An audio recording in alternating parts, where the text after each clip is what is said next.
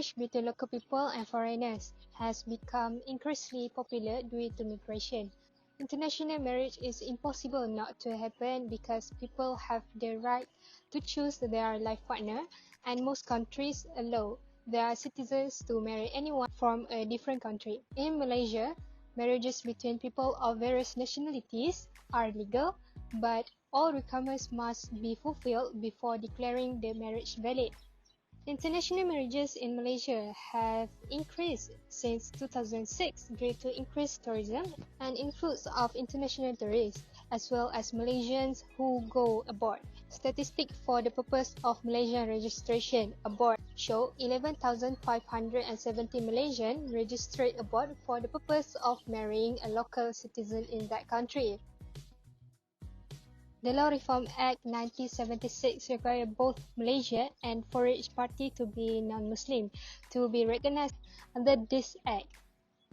If one party is Muslim and other parties is non-Muslim, they must convert to Islam first for the marriage to be recognized under Islamic law in Malaysia. Besides that, non-citizens must submit the exact residency requirements and supporting documentation for a civil marriage, including a passport, birth certificate, and single status certificate. The applicant must have spent at least 7 days living in the district where the marriage will occur.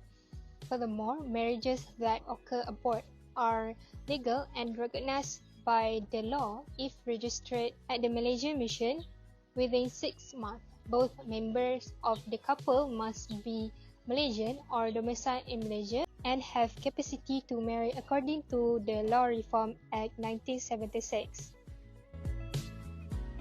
Next, the general rules state that the court has no jurisdiction to entertain their cases until it is shown that their marriage is registered. Although registration is necessary, it still recognizes marriage solemnized before enacting and enforcing the LRA 1976. Unregistered marriage have legal consequences, particularly consents with child custody, succession rights, and property rights. Next, if the wedding is not registered, the wife is unable to sue her husband for the maintenance and will have difficulty claiming the inheritance, mainly the matrimonial property. Furthermore, a dispute of child custody rights cannot be presented to the court because the court is limited to the ability to deal with cases where the scenario was recognized by the LRA 1976. For both dissolution and annulment of marriage, the court shall have the authority to make any decree of divorce under Section 48, Subsection 1, Clause A, and make any decree of nullity of marriage under Section 67. First of all, there are 3 grounds of dissolution of marriage. That is conversion to Islam, mutual consent, and breakdown of marriage.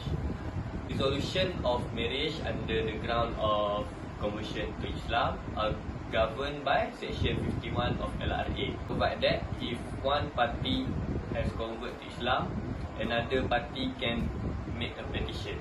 Number 2 is mutual consent.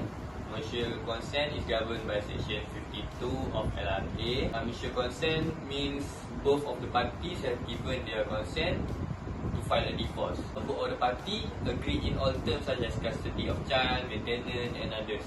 Number 3 is breakdown of marriage. Breakdown of marriage is governed by Section 53 and 54. Section 54 said that the breakdown of marriage need to be proved, and the court also will refer to some circumstances in Section 54, such as adultery. Which law should be followed? So generally, the law that governs the citizen also governs the non-citizen in any country. If a non-citizen happens to marry a citizen, the law that applies to their marriage shall be the law of the country where the marriage is being solemnized. In Malaysia, the law that governs the marriage of non-Muslim is the Law Reform Marriage and Divorce Act 1976.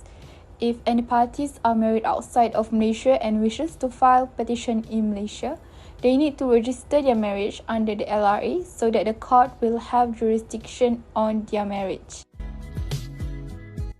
we'll talk about relevant cases in aspect of marriage involving non-citizen.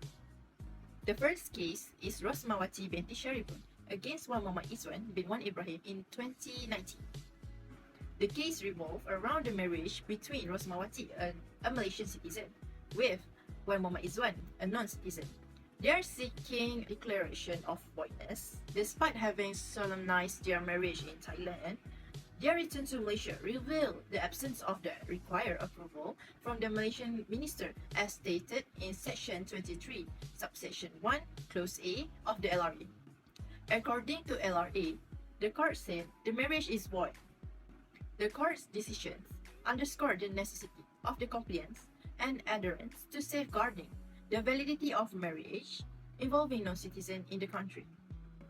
This case served as a reminder to ensure they fulfill all legal obligations when embarking on such a union, thus avoiding a complication and potential nullification in the future. Secondly, it is about James Loan against Sarala Devi in 2010. So, the petitioner is a citizen of the United Kingdom and come to Malaysia for work, while the respondent is a Malaysian citizen. They file a petition with the respondent requesting the dismissal of the divorce petition and the ground for this request. However, the court hard to grant a divorce of the marriage decree since the petitioner is not domiciled in Malaysia and not citizenship of Malaysia at the time of the present the divorce petition to the court. They also highlight the petitioner conduct, such as maintaining bank account and properties in the UK, as evidence that he has not truly abandoned his domicile of origin. As for the conclusion, the marriage between a citizen and a non-citizen are not that complicated as we thought it would be.